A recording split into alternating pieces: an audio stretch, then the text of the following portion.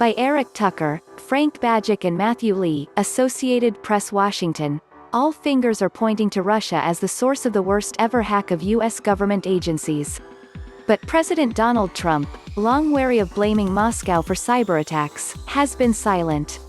The lack of any statement seeking to hold Russia responsible casts doubt on the likelihood of a swift response and suggests any retaliation, whether through sanctions, criminal charges or cyber actions, will be left in the hands of President-elect Joe Biden's incoming administration.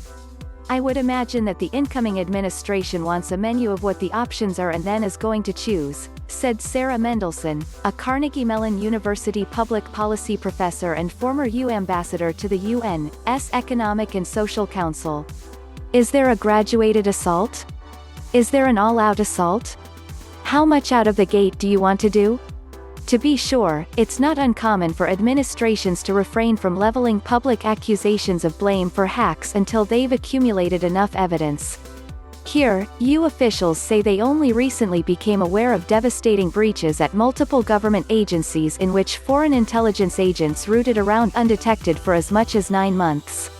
But Trump's response, or lack thereof, is being closely watched because of his preoccupation with a fruitless effort to overturn the results of last month's election and because of his reluctance to consistently acknowledge that Russian hackers interfered in the 2016 presidential election in his favor.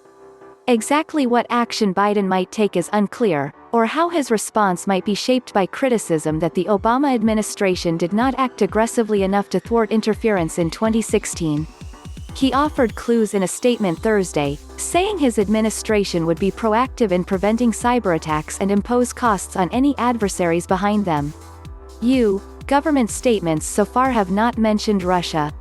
Asked about Russian involvement in a radio interview Monday, Secretary of State Mike Pompeo acknowledged that Russia consistently tries to penetrate American servers, but quickly pivoted to threats from China and North Korea. Democratic Sens. Durbin and Richard Blumenthal, who were briefed Tuesday on the hacking campaign in a classified Armed Services Committee session, were unequivocal in blaming Russia. There are other signs within the administration of a clear-eyed recognition of the severity of the attack, which happened after elite cyber spies injected malicious code into the software of a company that provides network services. For instance, the civilian cybersecurity agency warned in an advisory Thursday that the hack posed a grave risk to government and private networks. A response could start with a public declaration that Russia is believed responsible, already a widely shared assessment in the EU government and cybersecurity community.